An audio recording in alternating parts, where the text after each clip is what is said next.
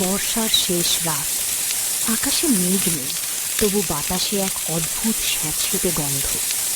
নদীর ধারে ছোট্ট গ্রাম কাশীপুর যেন ঘুমিয়ে আছে, কিন্তু সেই ঘুমের ভেতরেও কোথাও একটা চাপা অস্বস্তি লুকিয়েছিল। গ্রামের একদম শেষে দাঁড়িয়েছিল রায়বাড়ি, এক পুরনো জমিদার বাড়ি। বিশাল ফটক, শ্যাওলা ধরা দেয়াল, ভাঙা বারান্দা আর অন্ধকার জানালাগুলো দেখে মনে হতো বাড়িটা যেন এখনো কারো অপেক্ষায় আছে। গ্রামের লোকেরা সন্ধ্যার পর ওই রাস্তা দিয়ে হাঁটত না, কারণ সবাই জানত রায়বাড়িতে কেউ থাকে না। তবু মাঝরাতে সেখানে আলো জ্বলে।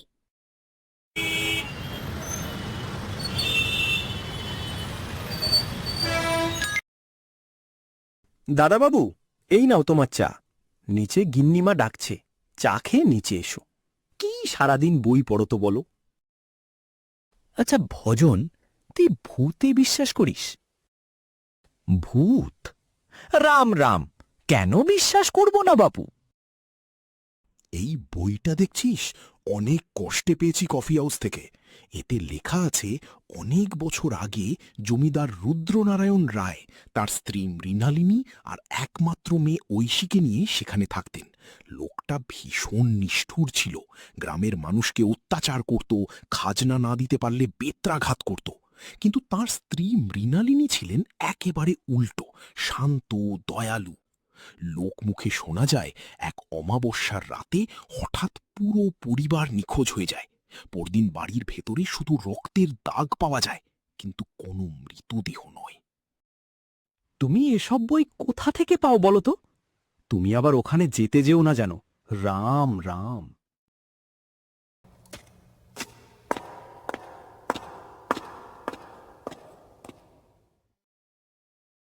যেতে তো আমাকে হবেই। বিষয়টি একবার খতিয়ে দেখা দরকার। আজ অনেক বছর হয়ে গেল বাড়িটা ওইভাবে পড়ে আছে। কি গো দাদাবাবু, ব্যাগ গোছাচ্ছ? কোথায় যাবে তুমি? ব্যাস, সবকিছু নেওয়া হয়ে গেল। মাকে একবার বললে কেমন হতো? না থাক, বললে আবার দুশ্চিন্তা করবে। ওই যে সকালে বললাম রায়বাড়ি, জানিস, প্রথমে আমি ভেবেছিলাম যাব না। তারপর বিষয়টা নিয়ে আর একবার রিসার্চ করলাম। দেখলাম সেই দিনের পর থেকে রাতে কান্নার শব্দ, পায়ের আওয়াজ আর সাদা শাড়ি পরা এক মহিলাকে বারান্দায় দাঁড়িয়ে থাকতে দেখা যেত। তোমার কি ভয় ডর বলে কিছু নেই? আমি কিন্তু গিন্নিমাকে বলে দেব। হা হা, আমি জানি তুই মাকে কিছুই বলবি না। আর ভয়, এই ইয়াং জেনারেশনের ছেলেমেয়েরা যদি ভয় পায় তাহলে দেশটার কি হবে জানিস? আচ্ছা চলি রে, হাইওয়ে থেকে বাস ধরতে হবে। মাকে কিছু বলিস না, আমি তাড়াতাড়ি চলে আসব। আমার হয়েছে যত জ্বালা, দুগ্গা দুগ্গা রক্ষা করো মা।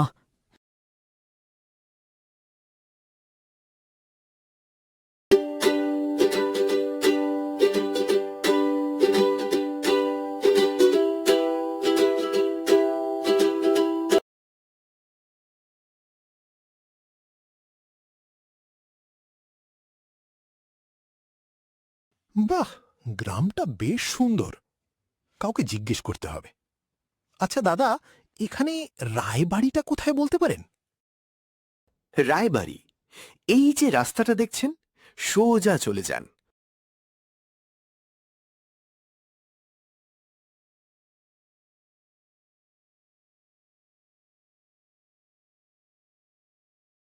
বাপরে, অনেক বেলা হয়ে গেল, আর এই গরম আর ভাল লাগছে না। ওই যে একটা চায়ের দোকান দেখা যাচ্ছে, দেখি ওখানে একটু বসে তারপর আবার যাব।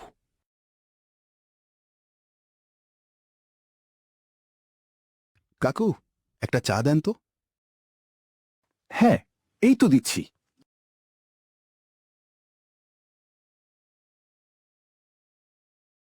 তা এই গ্রামে নতুন মনে হচ্ছে, কাদের বাড়ি এসেছো তুমি? রায়বাড়ি। কি রায়বাড়ি? তাড়াতাড়ি চা শেষ করো আর ফিরে যাও, সেটাই তোমার জন্য মঙ্গল। ভূত বলে কিছু নেই কাকু, মানুষ ভয় পায় বলেই এসব গল্প তৈরি হয়। তোমার আগে অনেকে গেছে, কিন্তু সবাই আর আগের মতো ফেরেনি। বোকামি করো না, ফিরে যাও। আচ্ছা ঠিক আছে, এবার আমি উঠি, সন্ধ্যায় প্রায় হয়ে এলো। আচ্ছা কাকু, কত হলো? 10 টাকা। আরেকবার ভেবে দেখো। ভয় সবসময় মিথ্যে নয় বাবু। তুমি জানো না তুমি কি ভুল করছো। কিছু হবে না কাকু, এই রকম বাড়িতে আমি এর আগে থেকেছি। সন্ধ্যা শেষ হয়ে রাত নেমে এলো। অর্ণব গ্রামের রাস্তা দিয়ে হেঁটে যাচ্ছিল। রাস্তায় কোনো লোকজন নেই, চারিদিক শুনশান। গাটা একটু ছমছম করছিল। হঠাৎ বৃষ্টি শুরু হলো। ব্যাস, এটাই বাকি ছিল। বৃষ্টি আসার আর সময় পেল না। তাড়াতাড়ি পা চালিয়ে যেতে হবে।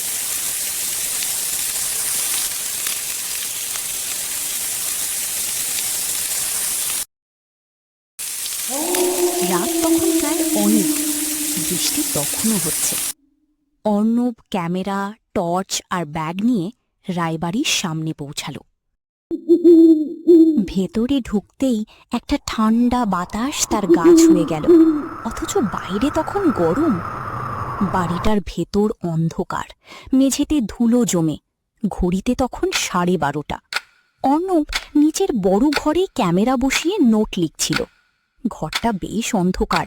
হঠাৎ ওপরে কারো হাঁটার শব্দ শুনতে পেল।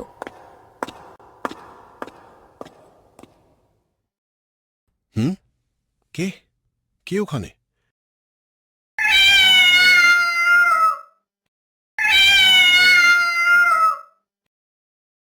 ও বেড়াল।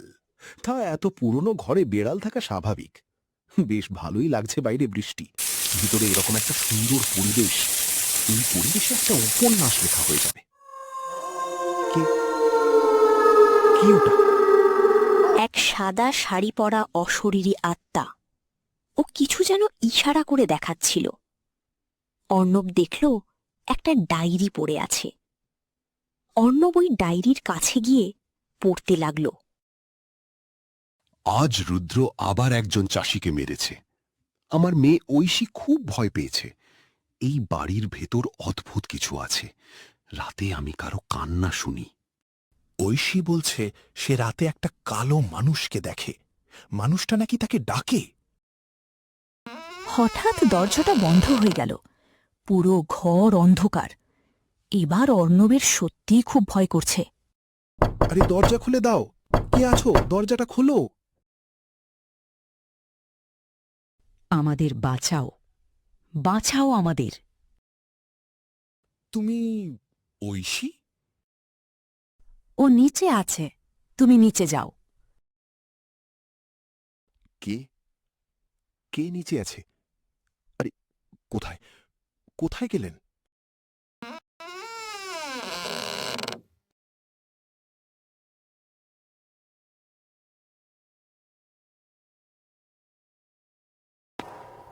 অর্ণব দৌড়ে নিচে নেমে এলো। তার মনে হচ্ছিল বাড়িটার ভেতরের বাতাস ক্রমশ ভারী হয়ে উঠছে। নিচের হলঘরে এসে সে থমকে দাঁড়াল।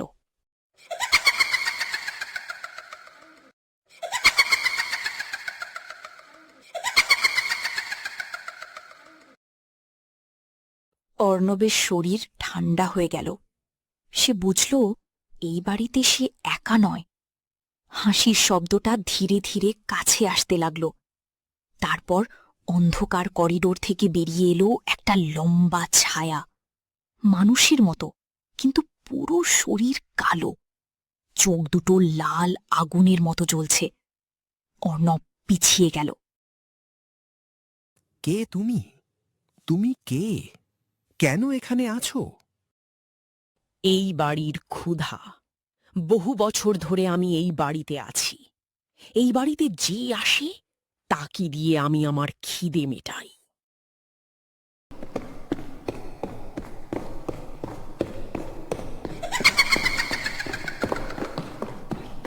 আরে এটা কি হচ্ছে? আমি কিছুতেই দরজার কাছে যেতে পারছি না। তুমি ব্যর্থ চেষ্টা করছো। আমি যতক্ষণ না চাইব তুমি এই বাড়ি থেকে বেরোতে পারবে না। তুমি জানো না তুমি কি ভুল করছো। অর্ণবের মনে হচ্ছিল ছায়াটা একদম তার ঘাড়ের কাছে। হঠাৎ সে একটা ঘরে ঢুকে দরজা বন্ধ করে দিল। আরে, এটা আমি কোথায় আসলাম? এই ঘরটা সম্ভবত লাইব্রেরি। চারদিকে শুধু বই। এতক্ষণে একটু আলো পেলাম।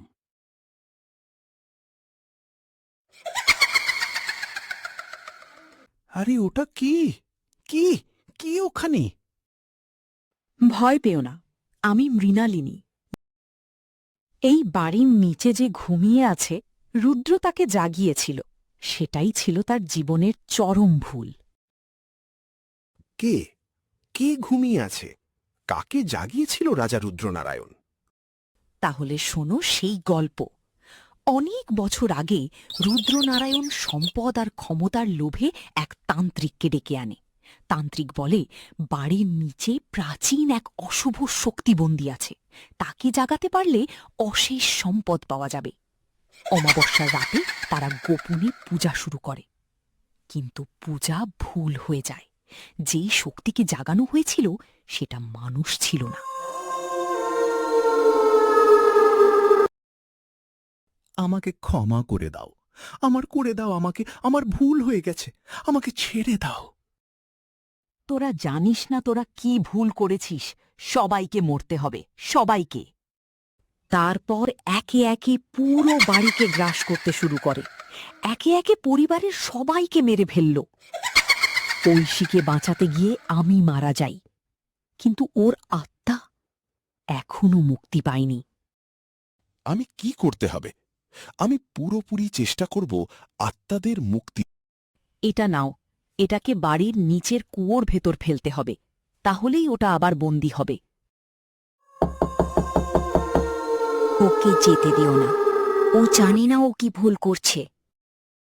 তাড়াতাড়ি যাও, এখানে ও চলে এসেছে, পালাও পালাও তাড়াতাড়ি। অর্ণব লকেট নিয়ে দৌড়ে বেরিয়ে এলো। পুরো বাড়ি তখন কাঁপছে, দেওয়াল থেকে ধুলো পড়ছে, করিডোরে কালো ছায়াটা দাঁড়িয়ে।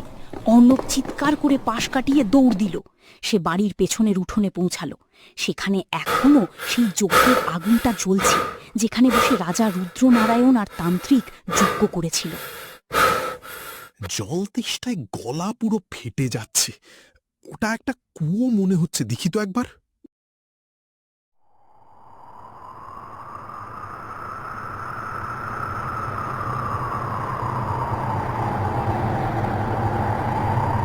আরে, কি কি কি টানছে আমাকে? কি টানছে? বাঁচাও বাঁচাও আমাকে, তোমার হাতে যেটা আছে ওটা কুয়োতে ফেলে দাও, তাড়াতাড়ি ফেলে দাও।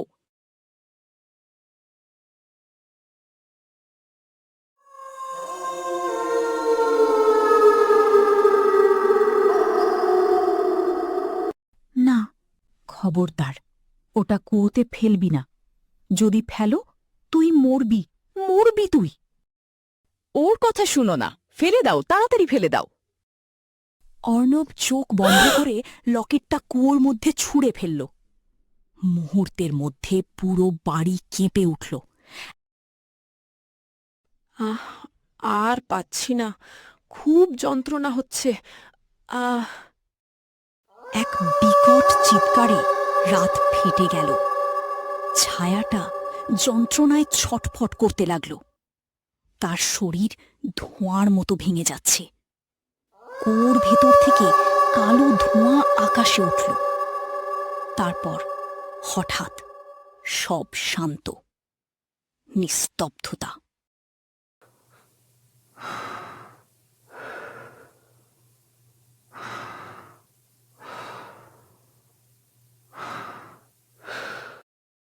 ধন্যবাদ আপনাকে।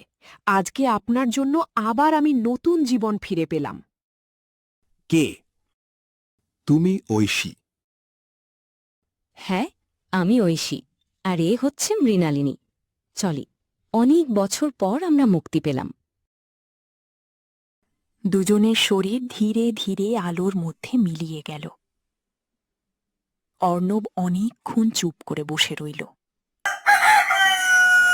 সূর্য ওঠার পর গ্রামের লোকেরা তাকে বাড়ির বাইরে অচেতন অবস্থায় পায়। জ্ঞান ফেরার পর সে সব ঘটনা বলেছিল। কেউ বিশ্বাস করেছিল, কেউ করেনি।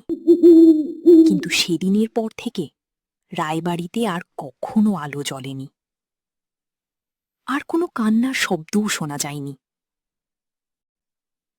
অনেক বছর পরে রায়বাড়ি ভেঙে ফেলা হয়, কিন্তু গ্রামের বৃদ্ধরা এখনো বলে, অমাবস্যার রাতে ওই জায়গার পাশ দিয়ে গেলে মাঝে মাঝে একটা ছোট্ট মেয়ের হাসির শব্দ শোনা যায়, যেন সে এখনো খেলছে, নাকি অপেক্ষা করছে অন্য কারো জন্য।